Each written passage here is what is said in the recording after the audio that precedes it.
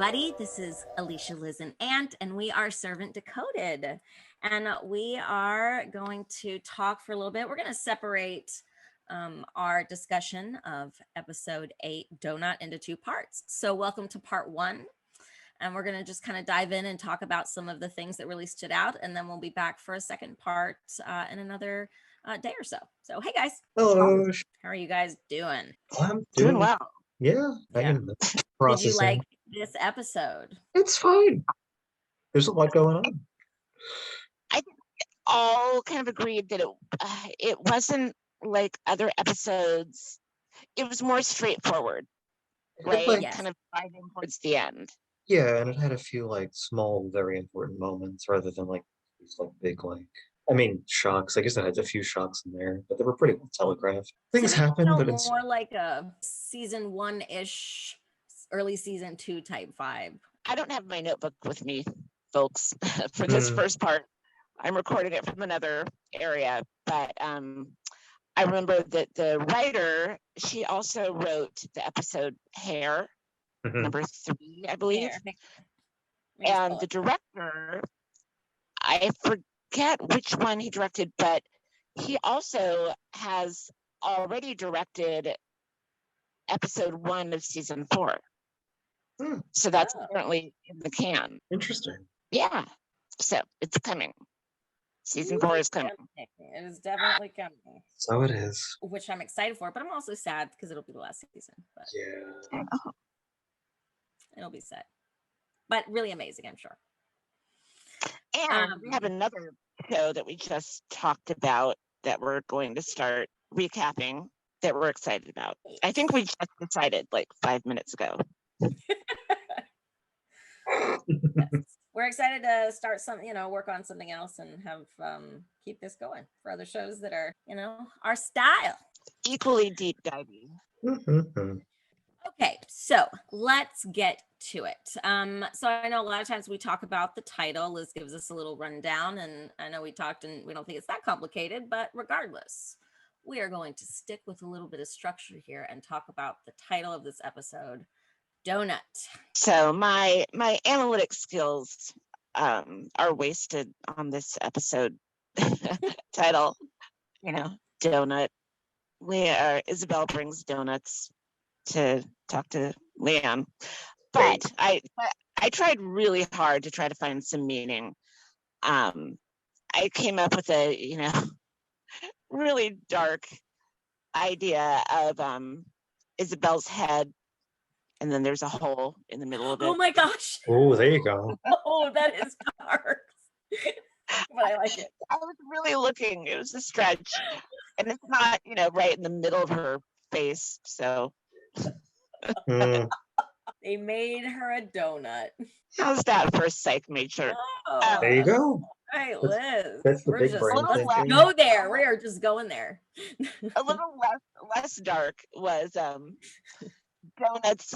They're superficial. They're sweet. They're insubstantial. They are empty calories. They're pretty to look at, and initially they taste good, but you pay for it later.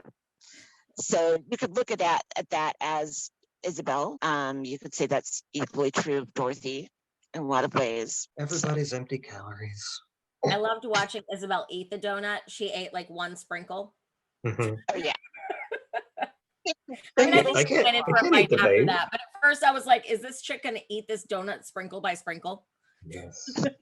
Another thing that I thought was interesting, because to me, I would have maybe even considered naming the episode Milk. Yes. For a few reasons.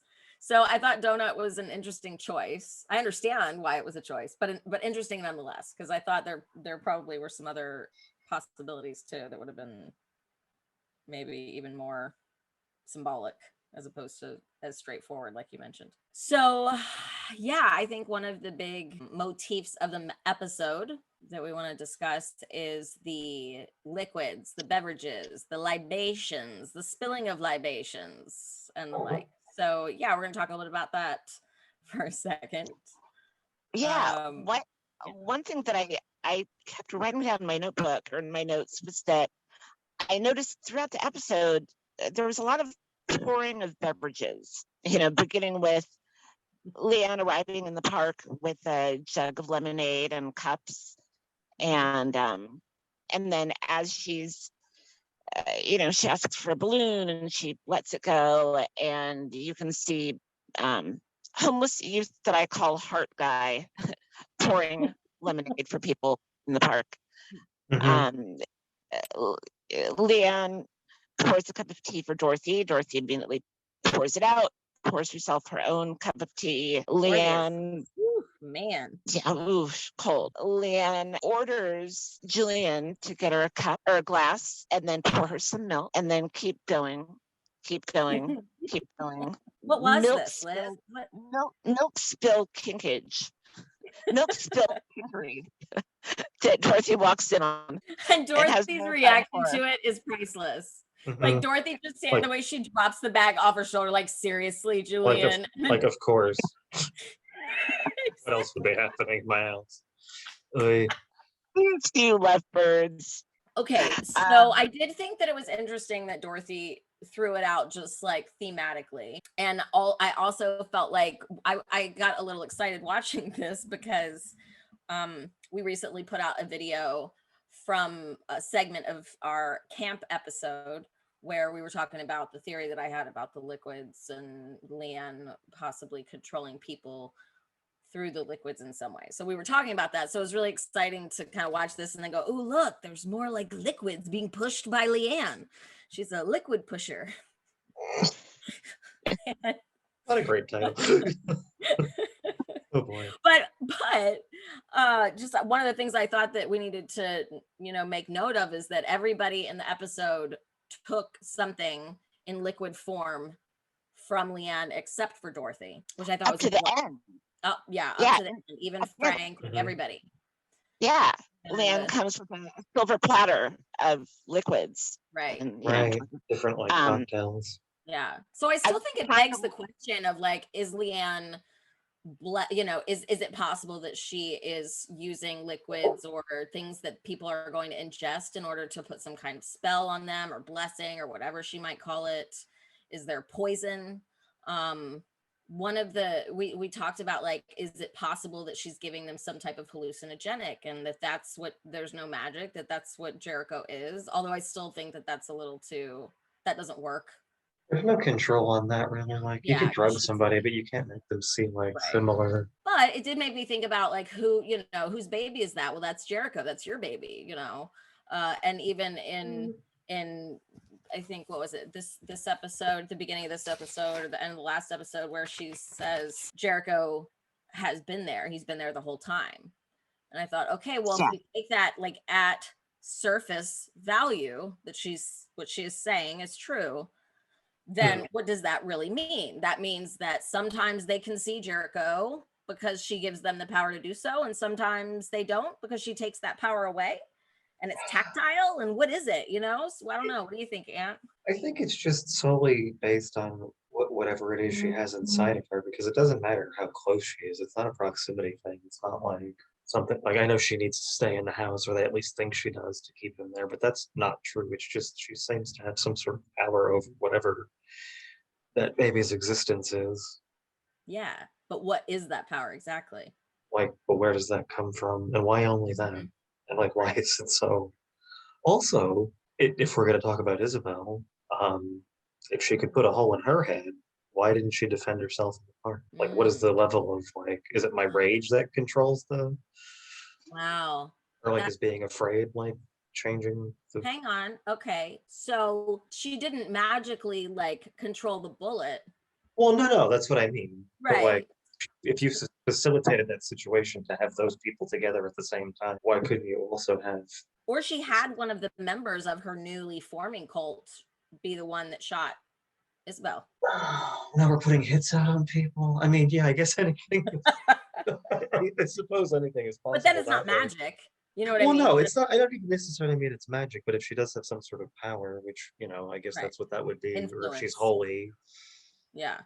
why does it only work sometimes? Or like, why is No, it only totally. like Yeah. convenient to like you could just make all of your problems go away in whatever profession that would be. Well, you know, What do you think about that, Liz? I think it's like, yeah, like why not just kill Dorothy or what? You know what? I Anyway, mean, yeah, I see it's what you're saying. TV, so yeah, but yeah. Right. Yeah. I forget what she says when they're watching the footage or the live TV, and Dorothy says that should have been me. What does Leanne say? She says she deserves to be there. She deserves to be there, Dorothy. That's what Which she would indicate Good that night. yeah, said. Donut. She had said that, I was like, oh, yep. That would indicate that there was no cult shooter, but that Leanne knew what was going to happen. Some precognition. I have my issues with how that all went down, and we'll talk about that in part 2.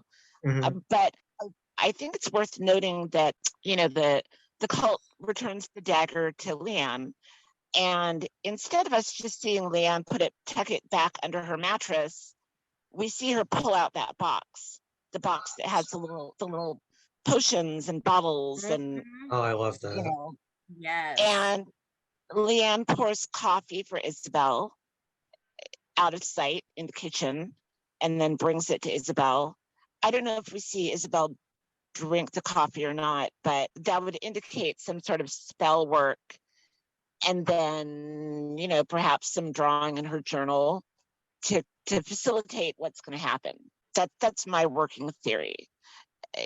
Just as she would write names in the Bible in season 1 and make things happen, that now she draws what she wants to occur, and then it occurs. But maybe with the help of some sort of liquid, to go with your theory. Yeah. Oh, also liquid for reasons unknown. The basement is fixed. Right? Not for reasons unknown. I mean, that's what you do if the house is broken. Yeah. But like, I thought that was pretty interesting. Well, and I thought it was interesting too that like when he went down there and he looked at it, he just kind of it still just looked like somebody put a piece of wood across the floor.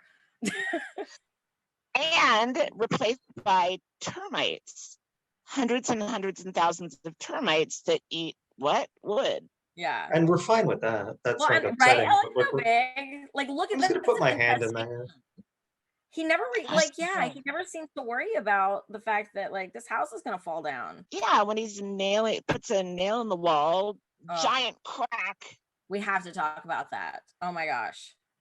To the shooting of Isabel, the T-shirt that Sean is wearing, this Ex Machina. You think that was it? Translates to an unexpected answer to a seemingly impossible problem.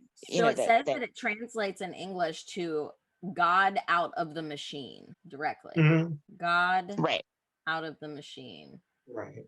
And can be a plot device whereby a seemingly unsolvable problem in a story is suddenly and abruptly resolved by an unexpected and unlikely occurrence. Oh no. Does this change everything? Its function is generally to resolve an otherwise unsolvable plot situation, to surprise the audience, to bring the tale to a happy ending. I think it was just foreshadowing the Isabel's death. Okay, maybe. so that's what I thought initially too. It might just be that for this episode. Although I mean, it could still be it could still mean something bigger. But if they're highlighting that incident in that way, what does that mean? Yeah, because like if that's just a happy coincidence, yeah, I guess all the rest of it is too. Right, but the way that we saw it in this moment that was really interesting. So he hits the hammer, and our perspective is on the other side of that. And to me, like the minute you see it, it looks like glass. Because the way that it cracks, the way that it sounds, and the way that it runs, to me, it looked like glass. So when we turned, and I thought, what is he doing putting a hole in glass? And then we flip around and we see that he's on the wall, and then we see the wall, run the same type of thing. First of all, if my wall was doing that every time I was trying to like hang a picture, I'd be concerned. Maybe just a little worried. Yeah. But the bigger issue is, what was the deal with the glass? Oh, I think he hit it too hard. Petrol covering. And then he's got that shirt on, and then the Rorschach. So that moment I thought was like a huge clue. Yeah. Well, and So Julian comments on, look at the giant ass crack that you created in the wall, and Sean's like, oh, the picture will cover it up. Dorothy won't see it. My house is falling apart. Yeah. It reminded me of that shot from the trailer of season 2 of the Christmas tree ornament, where it looks like there's a camera right within the Christmas tree. It made me think of Sean cracking a camera that's in their walls, a camera lens. Yeah.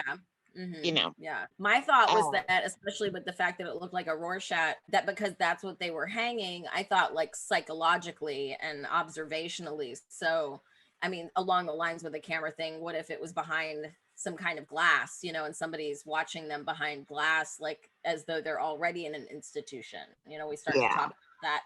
Finally, the topic of an institution comes up at the end of the episode anyway. So I wonder if that was a clue as to maybe like a hint about some version of this is, I mean, you don't like have this moment of that and then put something that looks just like a Rorschach up there, and I don't know, I just thought it was such a like such a layered experience. Yeah. Exactly. Yeah. Also gave us, in my opinion, the Julian zinger of the episode. So good. Think she'd like it? She always did. It's supposed to be about oppressed vaginas. I just see a black hole. It's like, Julian, what is your interpretation? Like, and again, that's a double speak, direct nod to just the concept of a Rorschach anyway. But in through the perspective of Julian saying that, did you feel like there was any sort of double meaning there aside from the obvious? I just loved that Julian is so obvious or oblivious to oppressed vaginas. All I see is a black hole. It's so bad. It's so bad. It's good. Okay. Dos Ex Machina.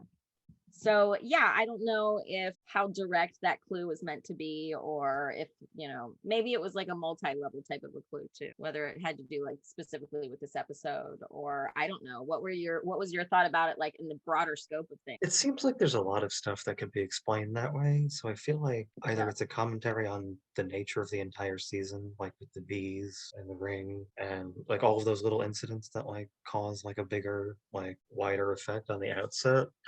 And I guess Leanne herself is sort of a catalyst in that way, that like we don't understand what the root of it is, but all these things seem to be affected by its presence or its implication. I guess it could be both. It could be both. It could be neither. It could just be a reference to like, what happened this episode specifically. Yeah. But then Sean wearing it, I guess because it's Sean wearing it. Yeah, is that even meant to be? I was gonna say like maybe I guess he'd be most likely to wear something like that, being like that sort of casual TV person. Mm-hmm. I was trying to think if I could connect it back to food or anything, but like he didn't make the donuts. It really wasn't his sort of a food thing. So I was trying to think there was like something that way, but it's just he did, yeah. It might just be one of those visual things that people are supposed to pick up on, and then you can. I also, of course, thought about Lost, just because. Right. The famous. Mm-hmm. Lost episode in season 1, episode 19, entitled Dos Ex Machina, which had John Locke at the center of it, and trying to get into that hatch, which is also kind of interesting to think about in terms of like observationally the purpose of those hatches and the cameras and watching people and observing them and tying that back in with this part of like the theory that they're being observed or watched by somebody. Even if it isn't like cameras or something, it seems to be like an omnipresent, unless it's hard to pinpoint too, because we don't really know enough of or the cult, of how that works. Yeah, because I just thought it was such a it looked like glass from the other side, and I thought that was kind of an odd choice for. And then the Rorschach, on top of that just of course we know to be and that's like a psychological test. Mm-hmm. So. And that's one of those things where you're supposed to see, like, not what you want to see, but, like, it's supposed to, like, tap into your subconscious in some way.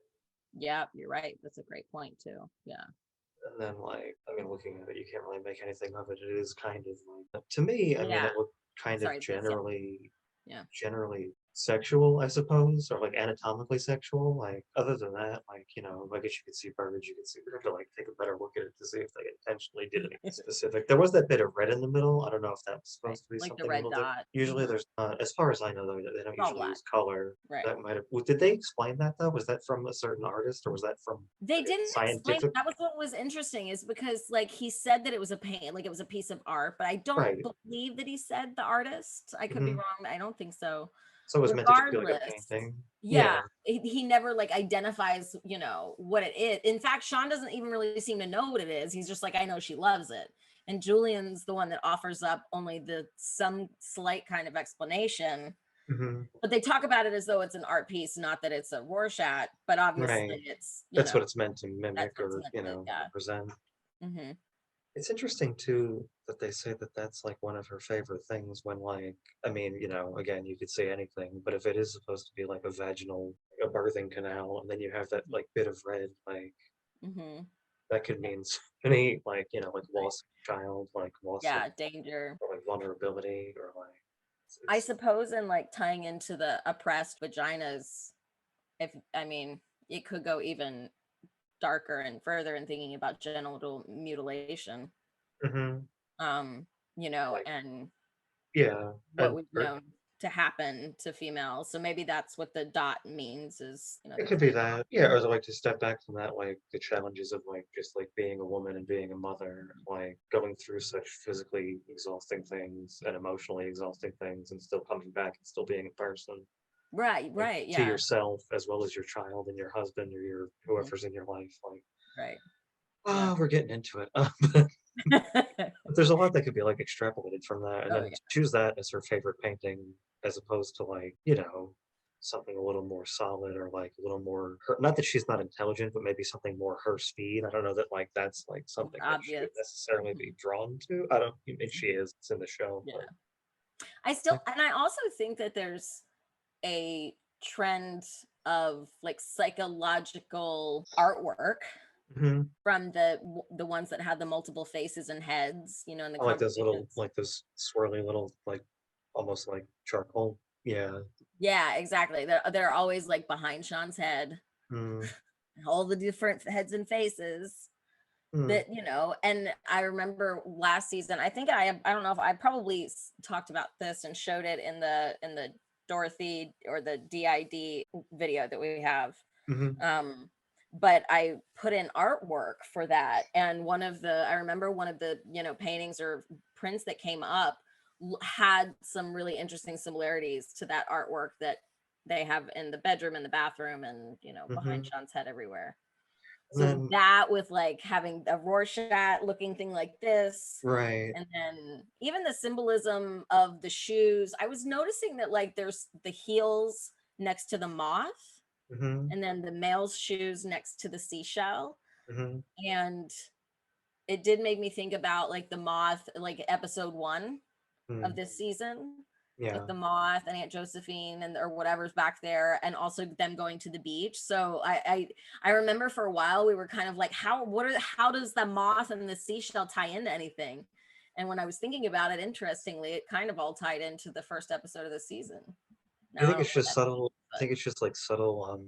Oh God, is there a name for that? Like, I want to think of like diegetic music, like it's already in the thing. Is there like a visual term for that as well? Like you're just not like giving hints, but like it's like referential, like a motif or something like but my. right. I'm not using that Yeah. right, maybe, but I like I don't know, know if like there's I a know what term I'm for it, but trying to say, but I can't think yeah. of the term. Yeah.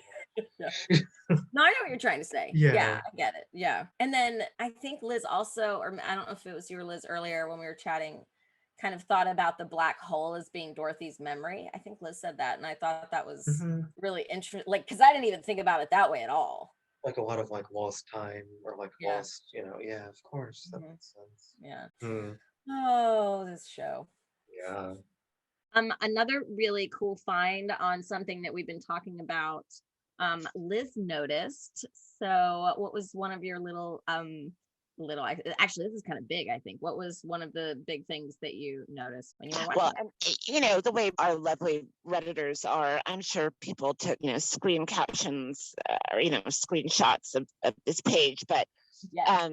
so Dorothy, she's going through her calendar from last year in the summer, trying to kind of suss out what happened or dig a little bit at what people have been digging at. Anyway, yeah, so we see the baby photos of Jericho and the happy, first couple months. And July 1st, the box is marked 1 month checkup, July 1st. Implying that July 1st, around such, was 1 month since Jericho was born. So June 1st. So one of the things that we'd been tossing around was that the password that Sean was entering into the alarm system and Julian was entering at the very beginning, 0603, also matching the row number and the bottle number in Donkey when Sean was directing Leanne to a specific wine, is indeed, sounds like it's Jericho's birthday. Yep. Also, just to comment on it, if Jericho was born June 1st, he would be a Gemini. That's like a duality of personality. I mean, if you adhere to astrology in any way, but they say those people have like 2 sides. Not that everybody else doesn't, but like it's more apparent Geminis because it's like the twin. Oh wow! Oh, the twins! Oh my gosh! I mean, if that's meant to be That read could mean into so. it all. That's like so loaded too. Yeah, if it's Like even literally or figurative. Like so, there's so many things that like could play into duality that. wise that you could look at. Yeah. And Yeah. then, which is, doesn't it feel good to be right? Yes, I know. Usually really it does, yeah. We like to be right. Another thing that I noted was that July 7th, I believe it was the 7th, or no, I think it was a little later, but marked in her calendar, it says something like, Sean got a phone call from studio, ! About a job.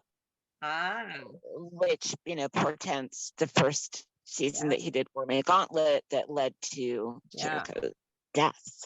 Yes. So now she knows that something bad interconnected with that is what he's hiding from her. It's what he's not telling her.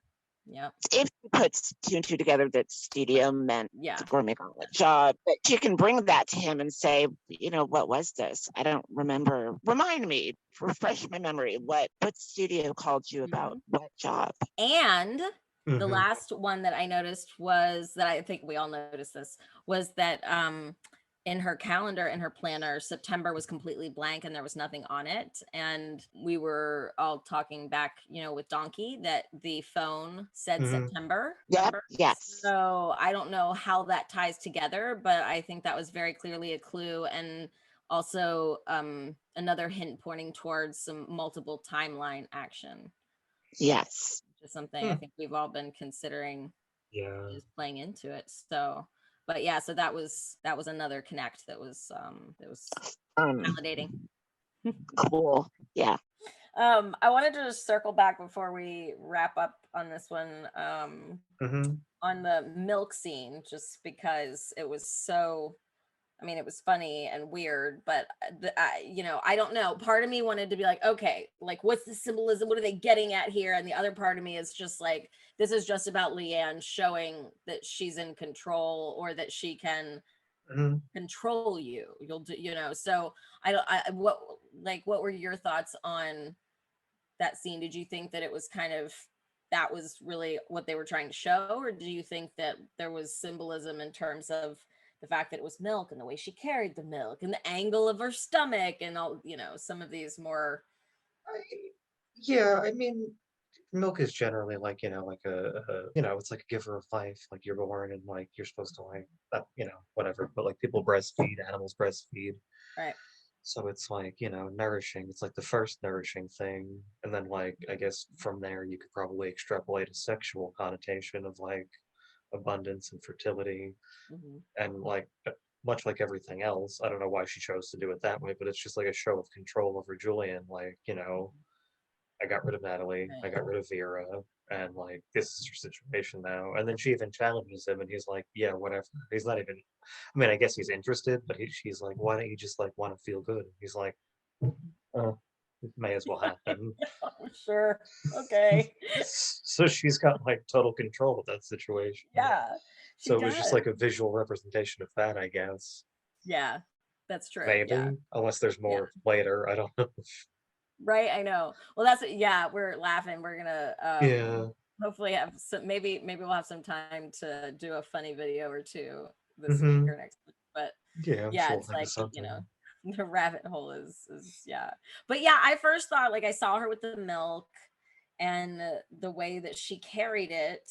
And I Hmm. thought it was interesting, like because they were both on the corner, but she Hmm. goes and gets the milk and then What goes walks around him? Yeah. around, right? So that was I was like, okay. And so that's why I think why I first started going, okay, well, what are they trying to show us? Hmm. Because she could have just gone the other way. And Yeah. the perspective was, I mean, she was holding the jug of milk against her stomach, abdomen area, Mm. and then carries it around and then moves it just enough so that when she was totally profile, I think there was some focus on her abdomen. Hmm. So are we alluding to there being a baby? Is she potentially pregnant? I know Oh, some people have mentioned that they think that they've seen the tiniest bit of a bump, but I hadn't thought so. I hadn't agreed with that until this episode and my first watch. I was like, that does look like a bump. But when even I if rewatched it, I was like, nah, maybe it doesn't look like it was much of a bump as I thought it it's did. close, people are human. Yeah. She might be a little like the way Yeah. things fit. And I we know just she wasn't on contraception. the only thing that's the only stuff because it like Oh, they keep making it a point to like make that a point. And I know people, are in relationships or whatever, but it's weird. Even if it's not like it's weird. it is weird. It's very Because weird. it's just that, and then the rest of the time you're both like, I mean, I guess people have relationships like that where they're just like purely physical and like don't quite, yeah, I don't, it's not, But I it mean, to each their own, but like sure. Yeah, very of like, course. it's Yeah. very like, we don't ever see it. Not that I want to see it, but like you don't ever see their intimacy. Like you don't ever see Right. that part of their Yeah. relationship. So like, Yeah. what are those conversations like? Are Yeah. there even conversations? Like, she's probably just manipulating him too, See, I maybe. think that that's probably, yeah. I mean, And the then only she time we saw it says, was the first time, right. And but then since then we don't see anything. Yeah, aside And then, from. yeah, and then she's told everybody but Dorothy they're perfect. So like, Mhm. so is that Yeah. part of what does that Well, mean? that's the Like, other thing is that I think that, yeah, what is she doing? Is she trying to sort of, okay, I can manipulate Julian in this but she way, I also, can manipulate but Sean in this way, and right, I of look what I course, can do. And right. like I did, and I, not to jump ahead, and I know we'll talk about this more, but by the end of the episode, that was really what I felt like that exchange was between her and Dorothy was like, see, I can do Mm-hmm. whatever I want to do. For I've got sure. everybody around here believing in me and don't mess with me. Like, look what I did, or Look what I did. or at Or it's least like a like, cat with a bringing you a mouth, like, look what I brought for you. mm-hmm. Look what I brought for you. Right. And so it's like, I think Dorothy also, that look is like, this chick is unhinged. Like I'm in real trouble. Because she was so proud of it in that way that, That look, was not a good. here's the sacrifice. That was not a fun smile. Mm-mm. That was really, and then watching her face shift back to Very neutral, don't. Yeah, it like was very, very, very don't fuck with me. chilling. It was Yeah, chilling. Kudos to Nell. amazing, Wow. absolutely amazing. Yeah. But yeah, one of the jokes that I said when we were just chatting back and forth was, I was like, well, also the way she was holding the milk right to her Mm-hmm. abdomen could, Mm-hmm. imply with, Yeah, yeah. Julian's seed Yeah, within I think her, I don't know what the point of all Yeah. that is, like, but it seems like Then, yeah. probably leaning to that. I mean, the way that it spilled everywhere, and then the, Some overhead Mhm. shot, he's just kind of looking down, like, oopsie. Are we gonna have to deal with a baby? A Yeah, real baby? oh God, who knows? Yeah, I guess we'll have to see. Yeah, but yeah, I definitely think that the I don't know that the liquids are there's I don't know there's got to be I'm something like, to it. Obviously, it's demonstrating her control, but like right. it was so blatant this episode that I think that there's probably a strong case for it being a conduit of something. Yeah, I don't know. water gets a lot of symbolism, like if there's like Mhm. something. Yeah, Yeah. I'd have to look more into it and like watch for those things to make a connection.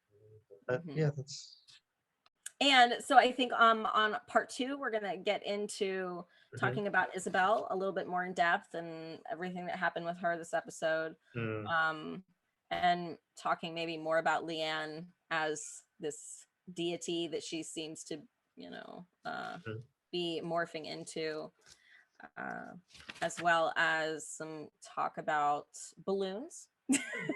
Yes, balloons. Balloons. More balloons. And yeah, whatever else we seem to come up with.